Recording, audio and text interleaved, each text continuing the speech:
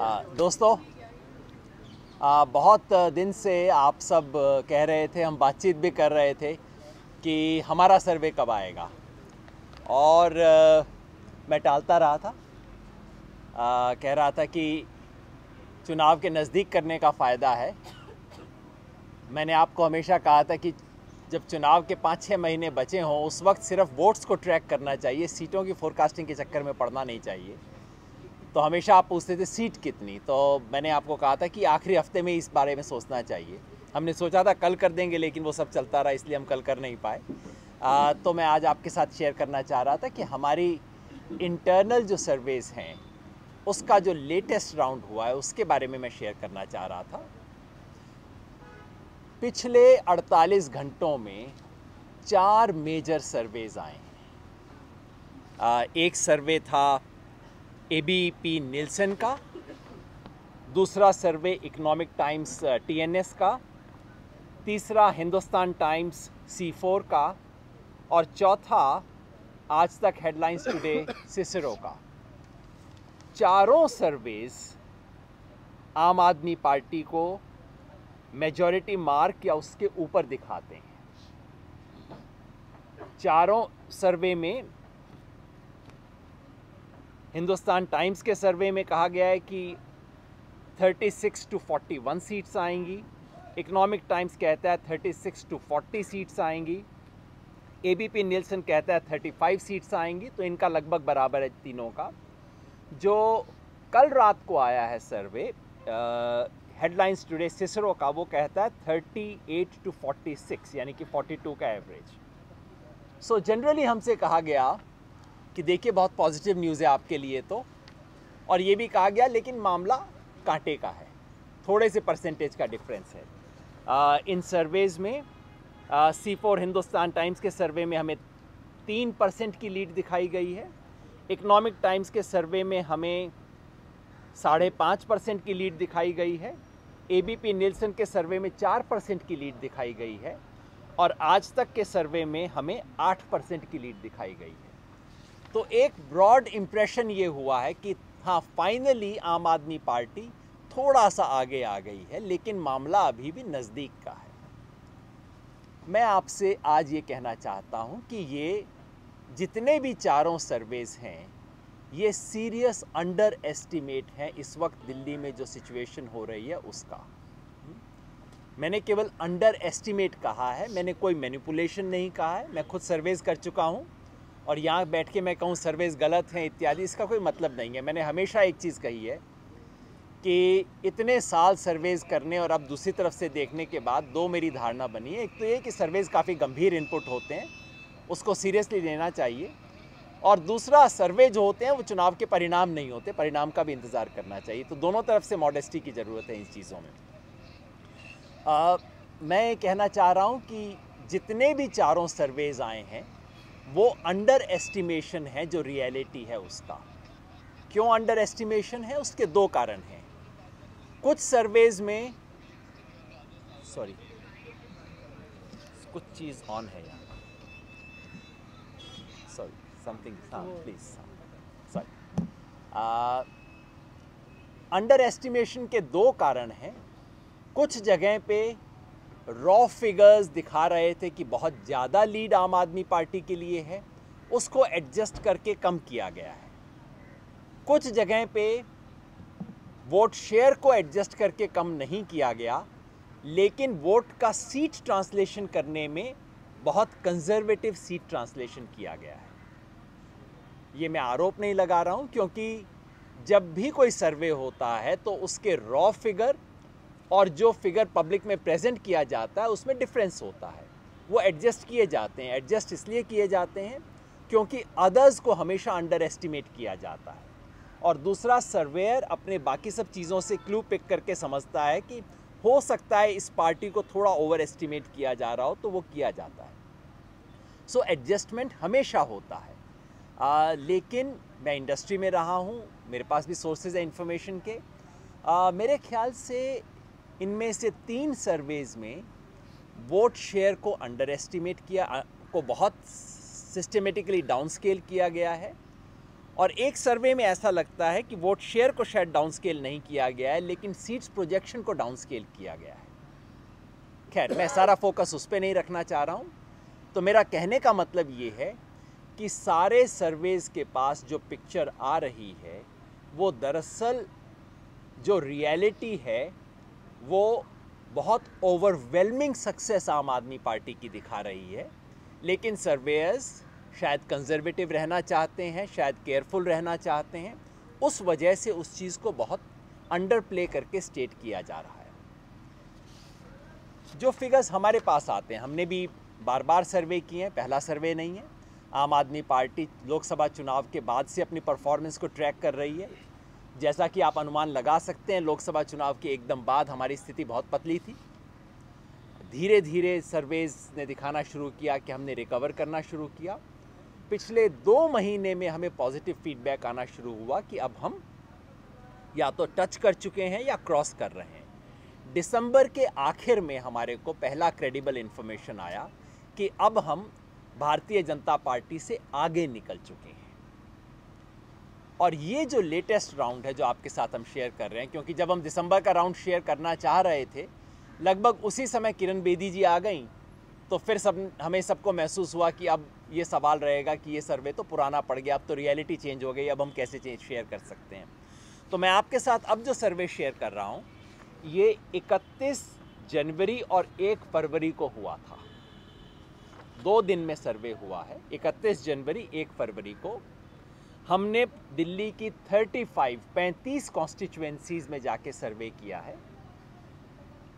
कौन सी 35? हर alternate constituency, number 1, 3, 5, 7। तो आप देख सकते हैं हम किस कॉन्स्टिट्यूएंसीज में गए हैं, उन सब में हम गए।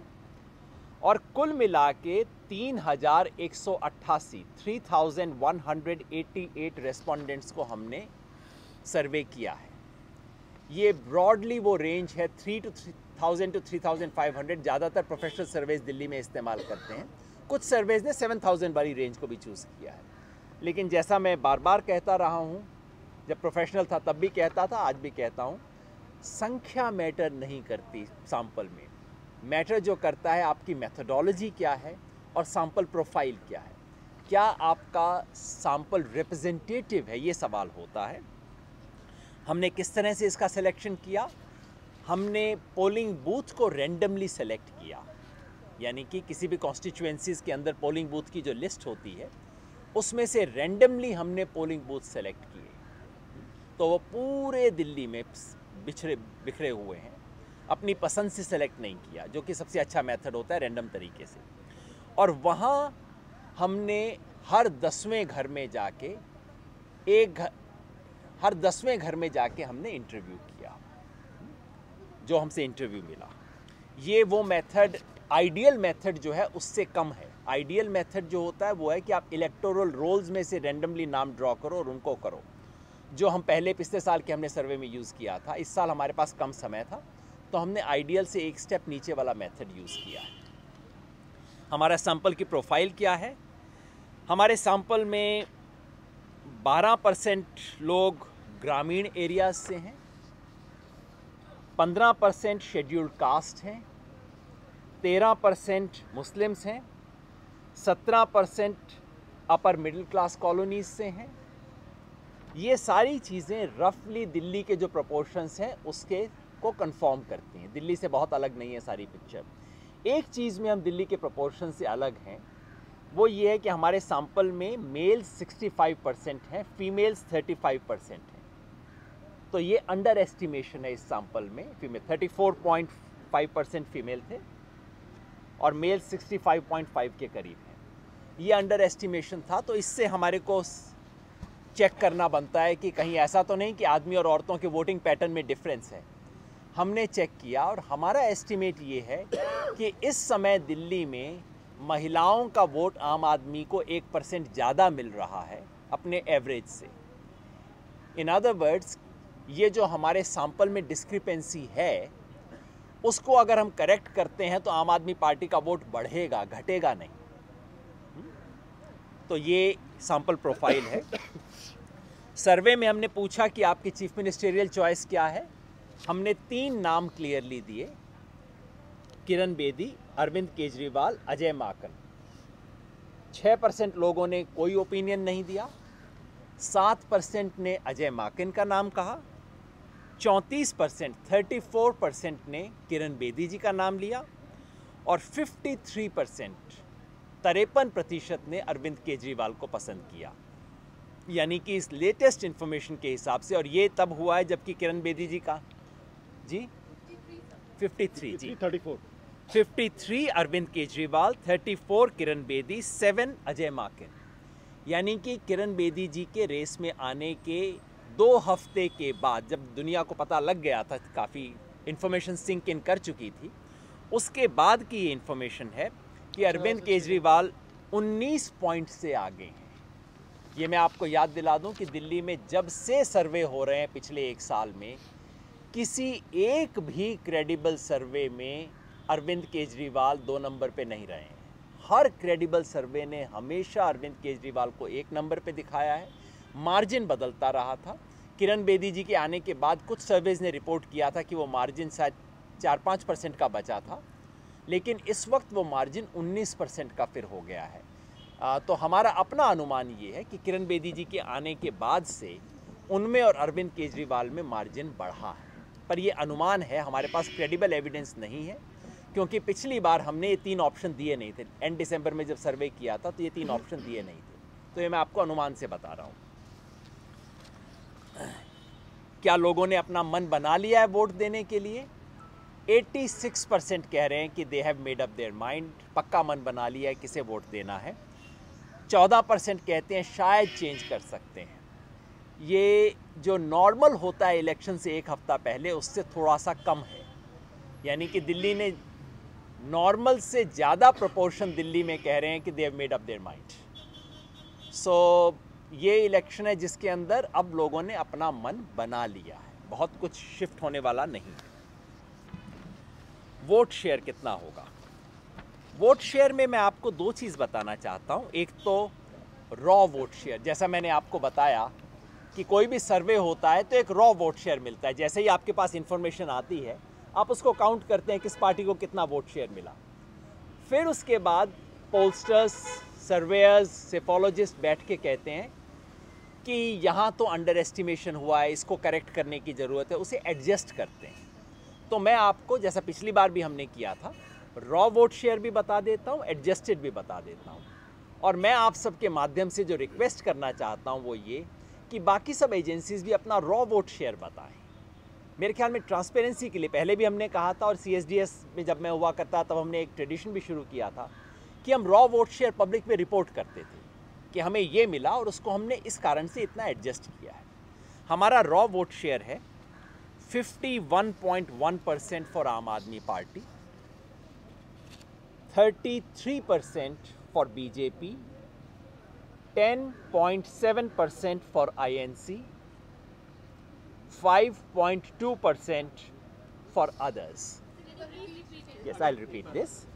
51.1 51.1% आम आदमी पार्टी के लिए, 33% BJP के लिए, 10.7% इंडियन नेशनल कांग्रेस का और 5.2% अदर्स का। ये रॉ रिपोर्टिंग, इसमें अदर्स में नोटा भी शामिल है, BSP भी शामिल है और बाकी छोटी पार्टीज, इंडिपेंडेंट सब शामिल है। लेकिन इसे हमने एडजस्ट किया है। एडजस्ट क्यों किया है? एडजस्ट इसलिए किया है कि पुराना रिकॉर्ड हमेशा बताता है कि अदर्स को सर्वे अंडर एस्टिमेट करते हैं। सर्वेज की पुरानी प्रॉब्लम है कि लोग इलेक्शन से 10 दिन पहले ये नहीं कहते कि मैं किसी इंडिपेंडेंट को वोट दे रहा हूँ। उस दिन दे देते हैं लेकिन बताते नहीं हैं, या बहुत छोटी अगर पार्टी हो तो उसका भी लोग नाम नहीं लेते हैं। इसलिए स्टैंडर्ड प्रैक्टिस है कि उसको अदर्स के वोट को एडजस्ट करते हैं। तो अदर्स को एडजस्ट करके हमने 10 पे कर दिया 5.2 की बजाय। वो करने के लिए नॉर्मल सिस्टम होता है कि प्रोपोर्शनेटली बाकी सब पार्टीज़ का घटा देते हैं, लेकिन हमने वो नहीं किया। हमने वो सारा का सारा आम आदमी पार्टी से घटा दिया, just to be doubly sure, just to be very conservative in what we are doing. हमने अदर्स का 5.2 की बजाय एडजस्ट करके 10% कर दिया कांग्रेस का 10.7 था, मेरा अपना एस्टीमेट है कि उससे गिरेगा, क्योंकि अंतिम दिन जब कांग्रेस रेस में नहीं दिखाई देगी तो एकदम प्लमेट करेगा कांग्रेस का वोट। लेकिन अभी हमने इसको 11 पे छोड़ दिया है, तो कांग्रेस को हमने 10.7 से 11 पे रख दिया है। बीजेपी का 33.0 हमारा रॉ स्कोर था, हमने उसे 33 पे ही छोड़ दिया है। और जो इसमें एडजस्टमेंट हुआ सारा का सारा हमने आम आदमी पार्टी से काट दिया है। So our adjusted vote shares are 46% for Aam Aadmi Party, 33% for BJP, 11% for INC and 10% for others. So ये हम पब्लिक डोमेन में रखना चाहते हैं, लेकिन रॉ डेटा भी हमने रिपोर्ट किया, just to be very very careful. And as you can see we are trying to be conservative, बजाय कि मतलब मैक्सिमम चीज़ कहने के कंजर्वेटिव। और इस कंजर्वेटिव के हिसाब से भी 13 पॉइंट की लीड है आम आदमी पार्टी को। और चूंकि मैंने जैसा कहा मैं इंडस्ट्री को जानता हूं, मेरा अपना अनुमान है कि जिसने सर्वे किया उन सबको 10% से ज़्यादा की लीड आम आदमी पार्टी की दिखाई दी। जैसे हमने यहाँ पे इसको एडजस्ट किया, 18 को एडजस्ट करके हमने 13 किया है, बाकी लोगों ने शायद कुछ ज़्यादा एडजस्टमेंट किया है और उसको 3, 4, 7, 8 की रेंज में किया है। मेरे ख्याल में हर रॉ सर्वे दिल्ली के अंदर आपको आम आदमी पार्टी की लीड 12-15% के करीब दिखा रहा है। सर्वेज में कुछ डिफरेंस भी होता है थोड़ा बहुत। फाइनली सीट्स क्या होंगी? अगर इसको हम देखें कि मोस्ट लाइकली सिनेरियो, मैंने 3 सिनेरियो दिए हैं। एक तो जैसा ये है 13%, इसके हिसाब से लाइकली सिनेरियो क्या है? लाइकली सिनेरियो होगा आम आदमी पार्टी को 51 seat, 51, BJP 15, Congress and others, Congress के लिए अलग से हमने नहीं किया, कांग्रेस, अदर्स, इंडिपेंडेंट सबको मिला के 4। To my mind, in my best professional estimate, this is the most likely scenario for Delhi election. 51 for Aam Aadmi party, 15 for BJP, 4, हाँ 15 जी, इतने ही बचेंगी, मतलब उसके बाद तो 4 for others. Best case scenario, यानी कि अगर जो ट्रेंड चल रहा है वो अनइंटरप्टेड चलता रहे, क्योंकि सारे सर्वेज ने अब तक रिपोर्ट किया है कि सिस्टमेटिक ट्रेंड है, हर राउंड में आम आदमी पार्टी बढ़ रही है, कांग्रेस गिर रही है। Best case scenario for Aam Aadmi party, 57 seats for Aam Aadmi party, 10 for BJP, 3 for others, independents and others. Worst case scenario, अगर आम आदमी पार्टी को 2-3% का धक्का लगे ये सर्वे होने के बाद,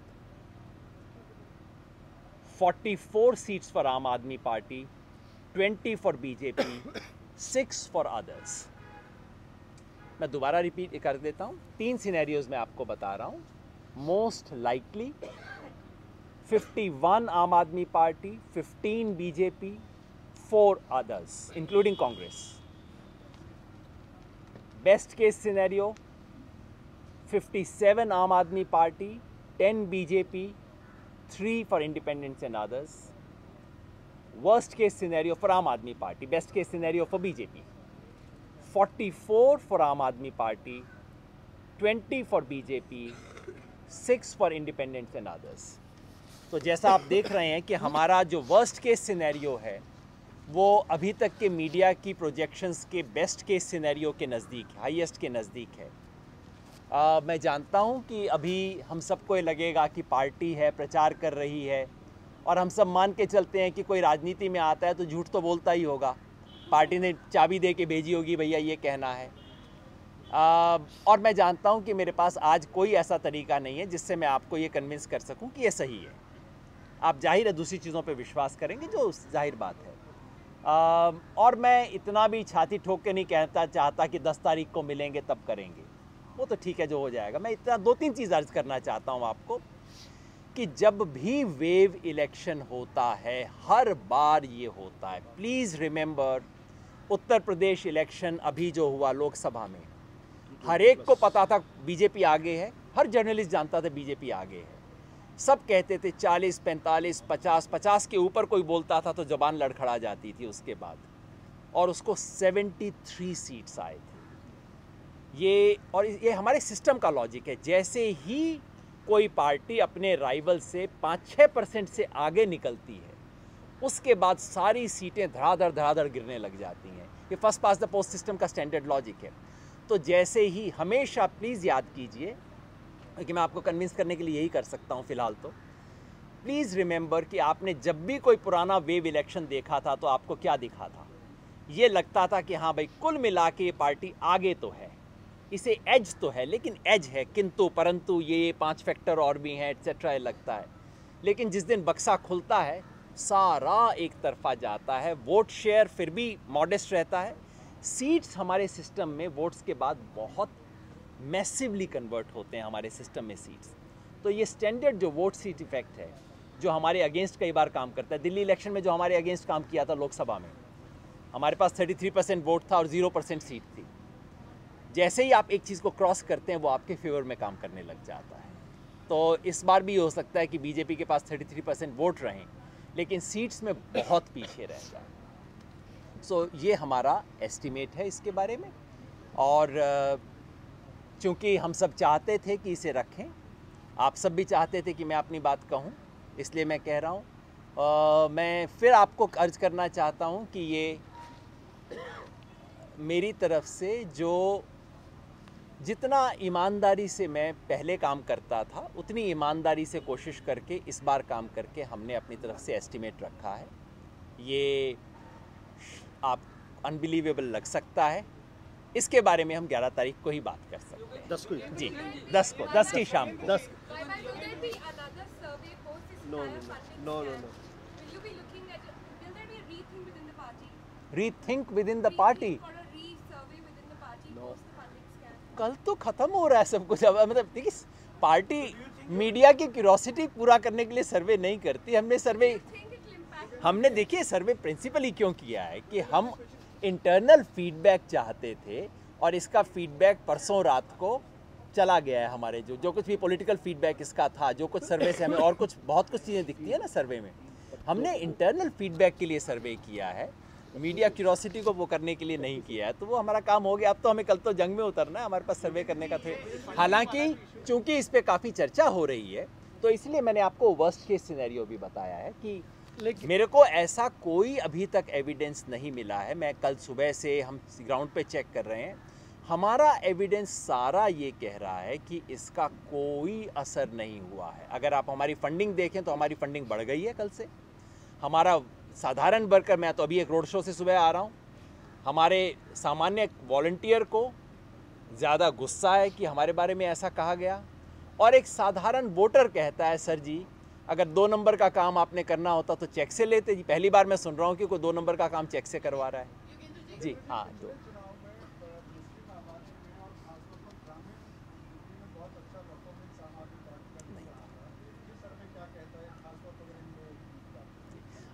दोनों में आम आदमी पार्टी बिल्कुल क्लियरली आगे है इस वक्त। मैंने हर तरह का कम्युनिटी वाइज ब्रेकअप वगैरह प्रेजेंट नहीं किया, लेकिन दोनों ही एरियाज़ में, रूरल एरियाज़ में आम आदमी पार्टी पिछले विधानसभा में भी अच्छा नहीं की थी, हम पिछले लोकसभा में भी अच्छा नहीं कर पाए थे पहली बार। और इनफैक्ट इसका एक सेफोलॉजिकल इससे एक फैक्ट निकलता है, अब तक क्या था, दिल्ली बहुत अनइवन था। कुछ इलाकों में आम आदमी पार्टी स्ट्रांग थी, कुछ में बहुत कमज़ोर थी। इस बार दिल्ली बहुत इवन हो गया है, क्योंकि रूरल एरियाज़ में हमने पिक किया और कुछ इलाकों में हमने लोकसभा में लूज़ किया था, तो इवन हो गई। अब इवन होने का परिणाम ये होता है, अगर बिल्कुल इवनली स्प्रेड वोट्स हों दो पार्टीज़ के, अगर 3-4% का भी गैप हो जाएगा तो जो नंबर 1 वाली पार्टी है वो सारी सीट ले जाएगी। ये हो गया। सवाल मेरा है, Are the questions in the poll survey over? एक मिनट, सर्वे के बारे में, पहले सर्वे के बारे में। सवाल है मेरा, पिछली बार जब ये आया था, वो जो स्टिंग आया था दिल्ली विधानसभा चुनाव से पहले, तो उसके बाद जब रिजल्ट्स भी आए थे तब भी आपने ये कहा था कि हमें इस बारे में कोई अनुमान नहीं है कि स्टिंग से हमें फ़ायदा हुआ या नुकसान, it is difficult to guess. इस बार आप इस पर क्या कहेंगे, क्योंकि सर्वे उससे पहले का है? जी बिल्कुल, सर्वे स्टिंग से पहले का है, और मेरा अपना अनुमान, एक जो मैंने इतने साल पोलिंग वगैरह की है, नंबर 1 तो कि दरअसल हम बहुत ओवर एस्टिमेट, हम सब ऐसी कम्युनिटी हैं जिसको 1-1 मिनट में न्यूज़ मिलती है, आम व्यक्ति अपनी न्यूज़ बहुत 48 घंटे के साइकिल में एक बार पिक करता है। जो इन्फॉर्मेशन हमें लगता है सारी दुनिया को पता है, वो सर्वे करने के बाद पता लगता है कि 9% लोगों को पता है, 12% लोगों को पता है। एक तो ये रहता है। दूसरा, चूंकि ये एग्जैक्टली वही पैटर्न दूसरी बार रिपीट हो रहा है, तो एक फैटीग आ जाती है, यार हर बार आम आदमी पार्टी चुनाव लड़ेगी, हर बार यही वाला काम होगा। और तीसरा, ये जो एक बिल्कुल सिंपल चीज़ है कि यार किसी ने 2 नंबर का काम करना होता तो चेक से लेता क्या? ये बाकी सब बैंकिंग डिटेल्स लोगों को नहीं पता होती, लेकिन वाइट ब्लैक का मामला हर एक को पता होता है, क्योंकि मकान खरीदते टाइम वाइट ब्लैक का चक्कर होता है। तो कहेंगे सब 2 नंबर का काम करेंगे, वाइट में करेंगे, तो समझ नहीं आता ऐसा कैसे होगा। क्या इसमें कृष्णानगर और सदर की भी सीट को शामिल किया है? जी, 2 तरह के सर्वेस होते हैं। एक वो जो कॉन्स्टिट्यूएंसी स्पेसिफिक होते हैं, जिसमें हर कॉन्स्टिट्यूएंसी में बहुत बड़ा सैंपल लिया जाता है, क्योंकि अगर एक कॉन्स्टिट्यूएंसी में आप कम से कम 800,000 इंटरव्यू ना करें तो आपको कुछ नहीं पता लगता। ये एक सर्वे की टेक्निकलिटी है। जब तक आपका सैंपल 1000 का ना पहुँचे, चाहे आप दिल्ली के बारे में जानना चाहें, चाहे आप सिर्फ इस MP फ्लैट्स के बारे में जानना चाहें, आपको 1000 इंटरव्यू करना पड़ेगा जिससे पहले कि आप कर सकें। तो ये सर्वे हमें किसी भी कॉन्स्टिट्यूएंसी के बारे में ऐसा सैंपल नहीं देता जिसके आधार पे हम उस कॉन्स्टिट्यूएंसी के बारे में कह सकें। बाकी ये मैं आपको 1 मिनट में बता सकता हूँ कि ये दोनों संयोग से एक सैंपल में पड़े थे। यानी मैं आप सिंपल तरीका है, अगर उन दोनों का नंबर मुझे याद नहीं है, अगर उनका नंबर ऑड है, यानी कि 35, 37, 39 वाले हैं, 1, 3, 5, 7, 9 वाला नंबर यदि उनका है तो वो हमारे सैंपल में थे, नहीं है तो नहीं थे। सिंपल है। ये जो सर्वे आपने किया है, क्या कुछ प्रोफेशनल एक ऑर्गेनाइज्ड स्ट्रक्चर्ड एजेंसी ने किया है, या आपके कुछ वॉलंटियर्स थे, आपके कुछ शिष्य थे, उन लोगों ने किया है? कैसे हुआ? ये किसी फॉर्मल एजेंसी से हमने नहीं करवाया, हमने ऐसे एसोसिएट से करवाया। हमारे वॉलंटियर्स ने लीड किया। करने वाले इन्वेस्टिगेटर वो थे जो कि पार्टी के एक्टिव वॉलंटियर नहीं थे, और इन एनी केस पार्टी से किसी भी एसोसिएशन से उनको दूर करवा के किया गया। इस बार कोई एजेंसी इन्वॉल्व नहीं है। आपको लगता है कि इनके रिजल्ट्स जो प्रोफेशनली स्ट्रक्चर्ड एजेंसीज करती हैं उनसे बेहतर हैं? नहीं, ये तो बेहतर है ऐसा तो मैं दावा बिल्कुल ही नहीं करूँगा। और हमने अपनी तरफ से हर संभव प्रिकॉशन लिया। देखिए, बाकी एजेंसी वगैरह तो फॉर्मल नाम होते हैं। अंततः इस पे डिपेंड करता है कि जो आपका इन्वेस्टिगेटर है, वो इन्वेस्टिगेटर को क्या ट्रेनिंग आपने दी है, उसको क्या लेबल दे के भेजा है, उसको क्या आइडेंटिटी दे के भेजा है ना। मुकेश जी, मैं बता दूं, Yogen ji will be embarrassed to answer this question. Yogen ji दुनिया के माने हुए सेफोलॉजिस्ट हैं और इन्होंने उसको सुपरवाइज किया है। तो आप ये समझिए कि पूरी ईमानदारी के साथ, पूरे प्रोफेशनल कॉम्पिटेंस के साथ ये हुआ है। नाम किसी एजेंसी का नहीं है, but he was involve from the day 1। Each and everything was supervised by him. So rest assured about the professional quality of the survey. हमारी एक दुविधा ये है कि जिसको हम काम देते हैं वो इंडस्ट्री में फेमस हो जाता है, उसको अच्छा रोजगार मिल जाता है। पिछली बार हमने सिसरो को किया था। As you know, Cicero is now doing professional work for another very good agency. So ये हमारी एक दिक्कत है कि जिस 50+ सीट चाहिए थे हमारी पार्टी लास्ट असेंबली इलेक्शंस में। Your own internal survey showed 50+ seats. Absolutely wrong sir, इतनी जल्दी हम भूल जाते हैं। मेमोरीज आपके पास रिकॉर्ड होगा, इन चीज़ों का रिकॉर्ड रखिए, मैं आपको फिर याद दिला देता हूँ। पिछली बार throughout the campaign Arvind भाई ने कहा था 47 सीटें आएंगी। मुझसे बार बार पूछा गया था, मैंने कहा देखिए राजनेता है, इनका अपना अंदाज़ा अधिकार है कुछ भी अंदाज़ा लगाने का, ये हमारे सर्वे के परिणाम नहीं है। मैंने बिल्कुल ऑन रिकॉर्ड कहा था ये चीज़ें। जब हमारे सर्वे हुए थे उसमें एक बार हमने 33 सीट कहा था, और लास्ट राउंड में हमने कहा था शायद 38 से 42, मुझे रफली ऐसा याद है ना, ये कहा था। और उसके बाद आप जानते हैं क्या कुछ घमासान ये सब कुछ हुआ था। उसके बाद हम उससे नीचे आए थे। 50 का दावा हमने कभी नहीं किया। आप चेक कर लीजिएगा रिकॉर्ड को।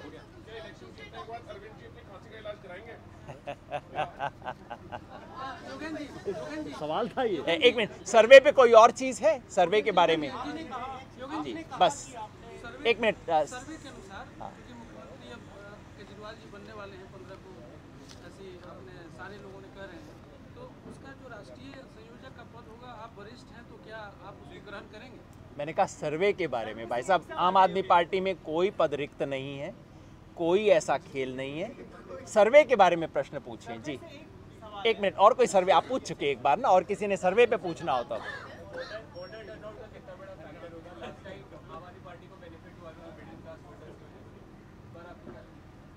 खैर सर्वे से तो ऐसा कोई एविडेंस नहीं निकलता, क्योंकि एज़ यूजुअल सर्वे में कुछ 97% लोग कह रहे हैं कि हम वोट देंगे। ये एक प्रॉब्लम सर्वेस की होती है, हर कोई कहता है कि मैं वोट दूंगा, वो इस सर्वे में भी ऐसा ही कह रहे हैं। पिछली बार दिल्ली में एक जनरल लेवल ऑफ टर्नआउट बढ़ा था, लोकसभा में भी अच्छा था दिल्ली में। मेरा अपना अनुमान है, पर ये अनुमान है, इसका सर्वे से कोई संबंध नहीं है, कि हाई टर्नआउट का ट्रेडिशन दिल्ली में कंटिन्यू करेगा, काफ़ी डिसेंट टर्नआउट दिल्ली में होगा।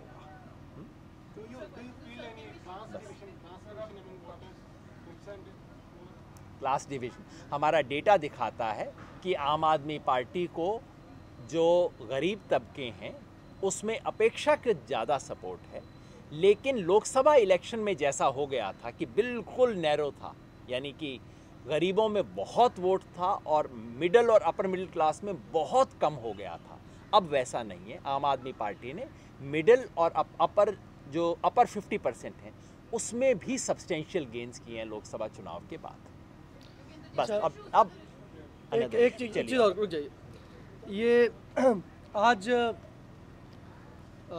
केंद्रीय मंत्री रविशंकर प्रसाद जी ने फिर से 5 सवाल पूछे हैं, और फिर से वही सवाल जो तीन दिन से चल रहे हैं कि कंपनियां कहां से आईं, कंपनियों का वेरिफिकेशन क्यों नहीं किया, इत्यादि इत्यादि।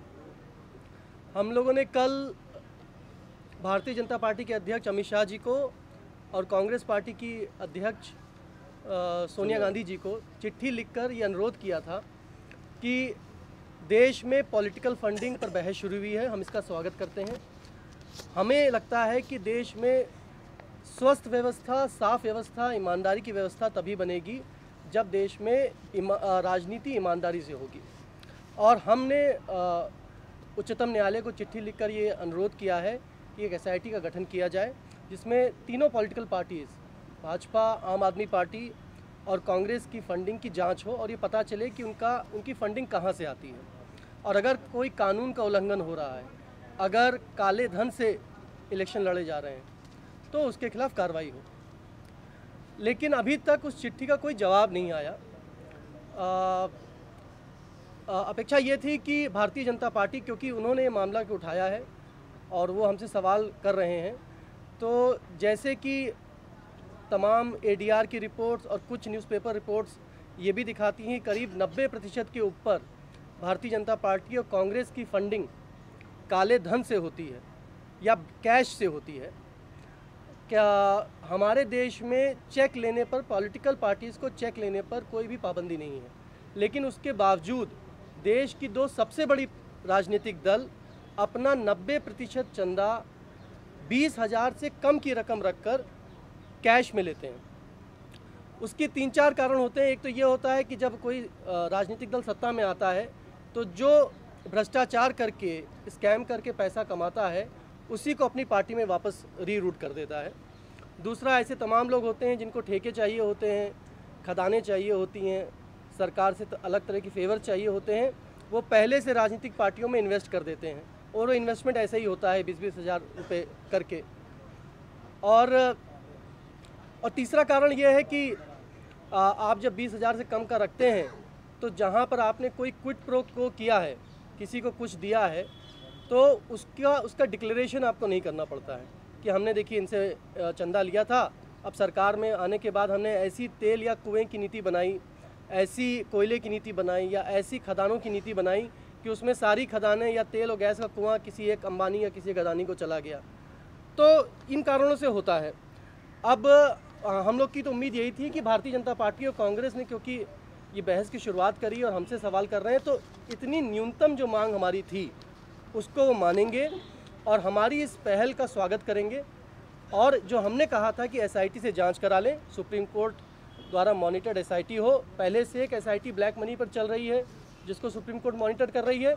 अच्छा यही होता अगर जिस तरह की पारदर्शिता और स्टैंडर्ड्स भारतीय जनता पार्टी हमारे लिए सेट कर रही है, अगर उसका 50% भी अपने ऊपर अपनाने की कोशिश करते तो मुझे लगता है कि वो हमारे इस कदम, हमारी इस पहल का स्वागत करते पब्लिकली और खुद चिट्ठी लिखकर एसआईटी को ये निर्देश देते या अपनी पार्टी की तरफ से बोलते कि हम इस जांच के लिए तैयार हैं। तो मेरा अनुरोध मीडिया से भी यही है कि कृपया करके अगली बार भारतीय जनता पार्टी, क्योंकि रोज़ कोई 4-5 प्रश्न लाते हैं, तो एक प्रश्न ये आम आदमी पार्टी की तरफ से और दिल्ली की जनता की तरफ से भी आप उनसे जरूर पूछिएगा। Regarding that, Yogendra sir, a couple from Canada, the names of whom were mentioned on the checks that Awam had showed, they've decided to file, they've decided to take legal action. They're filing a case at the High Court. Does the Aam Aadmi Party feel that their stand has been vindicated right now? Do they feel that perhaps some lie has been exposed of the Awam? देखिए, हमने दो cases का हमेशा distinction किया है।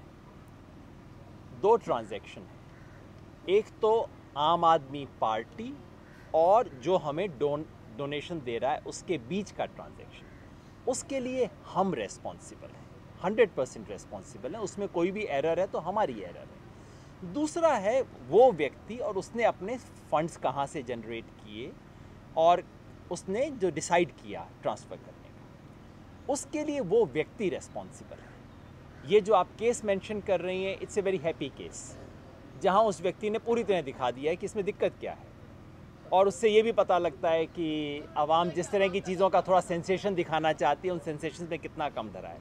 लेकिन ऐसा भी हो सकता है कि कुछ केसेस के अंदर वो व्यक्ति ना कर पाए। अगर ना कर पाए तो उसका प्रोसिक्यूशन होना चाहिए, सज़ा मिलनी चाहिए, जो कुछ रूटीन है। आम आदमी पार्टी अपने डोनर के जो बैकग्राउंड एक्टिविटीज़ हैं उस सब की रेस्पॉन्सिबिलिटी नहीं ले सकती, चाहे बहुत अच्छा केस हो जो आप बता रही हैं, चाहे कोई ख़राब केस हो। उन दोनों में हम डिस्टिंक्शन करना चाहते हैं। I have a question. What do you think are the reasons for the BJP's vote share? 33% has remained like that, hasn't gone up. Wave हाँ, ये वेव देखिए 2-3 चीज़ों की वजह से वेव बन रही है। एक तो मुझे लग रहा था कि जो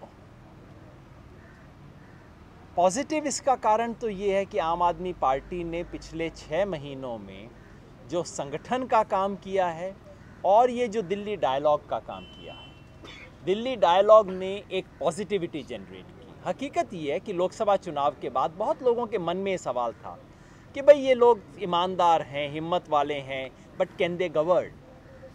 और दिल्ली डायलॉग के माध्यम से हमने 2 महीने तक, 2.5 महीने तक लगातार इस सवाल का जवाब दिया। पहली बार इस देश में किसी पॉलिटिकल पार्टी ने इतना डिटेल्ड ब्लूप्रिंट दिया। डिटेल्ड ब्लूप्रिंट हर कोई पढ़ता नहीं है, लेकिन उससे ये एक सेंस जाता है कि हाँ भाई ये लोग, इन लोगों के पास दिल्ली का कुछ नक्शा है। और संगठन के काम में ये जो बिल्कुल बूथ लेवल पे जिस तरह का संगठन बना, हजारों हजार कार्यकर्ता नीचे के लेवल पे जुड़े, क्योंकि पिछली बार देखिए हमारे पास उत्साह था पर हमारे पास उसे चैनलाइज करने का कुछ नहीं था। इस बार हमने जो संगठन बनाया हमारे दिल्ली के साथियों ने, इन 2 चीज़ों ने हमारे को वो फाइटिंग बेस दिया। उसके बाद हमें बीजेपी से मदद आई। एक तो नरेंद्र मोदी जी का जो चार्म था थोड़ा सा कम हुआ है, मैं ये नहीं कहूँगा ख़त्म हो गया है, अभी भी आप उनकी पीएम रेटिंग देखेंगे तो शायद पॉजिटिव आएगी, लेकिन वो जो था ज़माना जिसमें आप उनके बारे में कोई सवाल नहीं पूछ सकते थे, सवाल पूछ दिया तो लोग आपका कॉलर पकड़ लेते थे, वो थोड़ा सा ख़त्म हो गया है। और इसका जो श्रेय है बीजेपी में सबसे ज़्यादा, मैं दिल्ली की भारतीय जनता पार्टी को ही श्रेय दे सकता हूँ इसका सबसे ज़्यादा। तो जिस तरह से उन्होंने बार बार अपनी नेगेटिविटी दिखाई, एक साधारण वोटर को दिख रहा था कि इन लोगों के पास कुछ पॉजिटिव कहने को है और ये बीजेपी वाले तो खाली नेगेटिव काम करते हैं। जो कांग्रेस और बीजेपी में लोकसभा के चुनाव में अंतर था, यानी कि कांग्रेस केवल नेगेटिव बातें कर रही थी, बीजेपी कुछ पॉजिटिव चीज़ें कह रही थी, वो इस चुनाव में आम आदमी पार्टी और बीजेपी का अंतर हो गया। भारतीय जनता पार्टी की स्थानीय यूनिट नेगेटिव चीज़ें कर रही थी, उनके आपस के झगड़े हर रोज़ सामने आ रहे थे, और जो रही सही कसर थी वो किरण बेदी जी के आने से पूरी हो गई। अब हम रीजनेबली सर्टेन हो सकते हैं कि किरण बेदी जी के आने के बाद आम आदमी पार्टी के ऊपर बढ़ना बरकरार रहा और शायद उसकी स्पीड भी और बढ़ गई, और बीजेपी का नीचे जाना, और वो एक पहले जो धीरे धीरे नीचे जा रही थी वो एक स्लाइड में कन्वर्ट हो गया, शायद ऐसा हुआ। आज की स्थिति नहीं कह रहा हूँ, लेकिन जब किरण जी को इंट्रोड्यूस किया गया था तो वो तो एक कंसर्न का इशू आम आदमी पार्टी में हुआ था कि भाई ईमानदार चेहरे का मुकाबला अब एक और इसी तरह का चेहरा देकर हुआ है। आप सही कह रहे थे कि जिस दिन मैं बिल्कुल सिफोलॉजिकल आंसर दूंगा, पॉलिटिकली देंगे। जिस दिन किरण बेदी जी को इंट्रोड्यूस किया गया उस दिन आप सही कह रहे हैं, मेरे मन में दो कंसर्न थे। एक महिला है, महिला का महिला वोट पे क्या असर होगा, एक नेचुरल कंसर्न बनता है। और दूसरा ये कि अन्ना आंदोलन से जुड़े होने के नाते क्रेडिबिलिटी लेके आती है। तो और जो हमने देखा कि पहले 3-4 दिन ऐसा महसूस हुआ कि जो बीजेपी का गिरावट थी वो हल्की सी शायद रुकी, और उसके बाद जो कुछ जनता ने देखा अपनी आंखों से, उसके बाद एकदम स्लाइड करना शुरू हुआ। ऐसा मैंने देखा। बहुत गंभीर आरोप भारतीय जनता पार्टी ने आपके ऊपर लगाया है। सारे ही गंभीर लगा रहे हैं। हाँ, गंभीर कौन सा है सर? हवाला तो वो हवाला कहते हैं, कोई कम गंभीर आज आरोप लगा है कि हम लोग टेरर फंड से पैसा लेते हैं, मनोज तिवारी ने लगाया। उनका कहना है कि कांग्रेस से केजरीवाल जी की नजदीकियों के चलते और समर्थन के चलते शीला दीक्षित सरकार के ऊपर 49 डेज में केजरीवाल जी ने कोई प्रभावी कार्रवाई। सर मेरा एक कहना है, जैसा आपने अभी बताया कि अब आप सत्ता की तरफ बढ़ रहे हैं, क्या आगे आप इस बात का आश्वासन देते हैं कि मेरा भाई साहब एक मिनट, पहली बात मुझे लगता है कि आप लोग जब बुरा मत मानिएगा, शीला दीक्षित के खिलाफ 3 FIR दर्ज करने का काम किया, थोड़ा सा मतलब मुझे लगता है रिसर्च कर लेना चाहिए सवाल पूछने के पहले। एक बात और मैं कहना चाहता हूँ, बस एक छोटी सी बात है कि ये हमने कल भी कहा था कि हम अब क्योंकि मामला सीधे सीधे सरकार और आम आदमी पार्टी के बीच में है, जब देश का सबसे ताकतवर व्यक्ति माननीय प्रधानमंत्री जी, देश के सबसे दूसरे ताकतवर व्यक्ति माननीय वित्त मंत्री जी ने ये कह दिया है कि हम हवाला कारोबारी हैं, तो हमने ये उनसे रंगे हाथों पकड़े गए हैं। घनघोर अंधेरी रात में काले धन की काली करतूते हुए पकड़े गए हैं। तो हमें ये उम्मीद थी कि हमारे खिलाफ अब तक मुकदमा हो जाएगा। तो हम फिर भारतीय जनता पार्टी से अनुरोध करेंगे कि हमारे खिलाफ, सरकार से अनुरोध करेंगे, वित्त मंत्री जी से अनुरोध करेंगे कि कृपया करके ईडी को एक फ़ोन घुमा दें, इनकम टैक्स को एक फ़ोन घुमा दें, CBI को एक फ़ोन घुमा दें और दिल्ली पुलिस को एक फ़ोन घुमा दें। हमारे खिलाफ कृपया करके मुकदमा ज़रूर दर्ज करें, क्योंकि अगर सरकार को पता है कि हम लोग काले धन के कारोबारी हैं, हवाला के कारोबारी हैं, ये बहुत ही गंभीर अपराध है। हमें ऐसे ना खुले आम छोड़ा जाए प्रेस कॉन्फ्रेंसेस करने के लिए, हमारे खिलाफ मुकदमा ज़रूर दर्ज हो। और दूसरी बात, अगर वो मुकदमा नहीं दर्ज करेंगे तो हम उन कंपनियों के खिलाफ मुकदमा दर्ज करेंगे। और ये सवाल हम रोज़ उठाते रहेंगे कि कब इस SIT का गठन होगा जो तीनों पार्टीज़ की पॉलिटिकल फंडिंग की जांच करेगी। क्योंकि मैं दिल्ली की जनता को बता दूं कि भ्रष्टाचारियों के लिए, बेईमानियों के लिए आम आदमी पार्टी वो च्युइंगम है जो एक बार चिपक जाती है तो फिर बालों में चिपक जाती है तो फिर शेव करवाना पड़ता है। तो अब हम पीछे पड़े हैं कि SIT बनाएं, मुकदमा दर्ज करें और अब तमाम पॉलिटिकल फंडिंग की जांच हो। बढ़िया, थैंक यू। ये प्रेजेंटेशन आपको ईमेल से भेज दी जाएगी, ये ईमेल चली जाएगी आपको।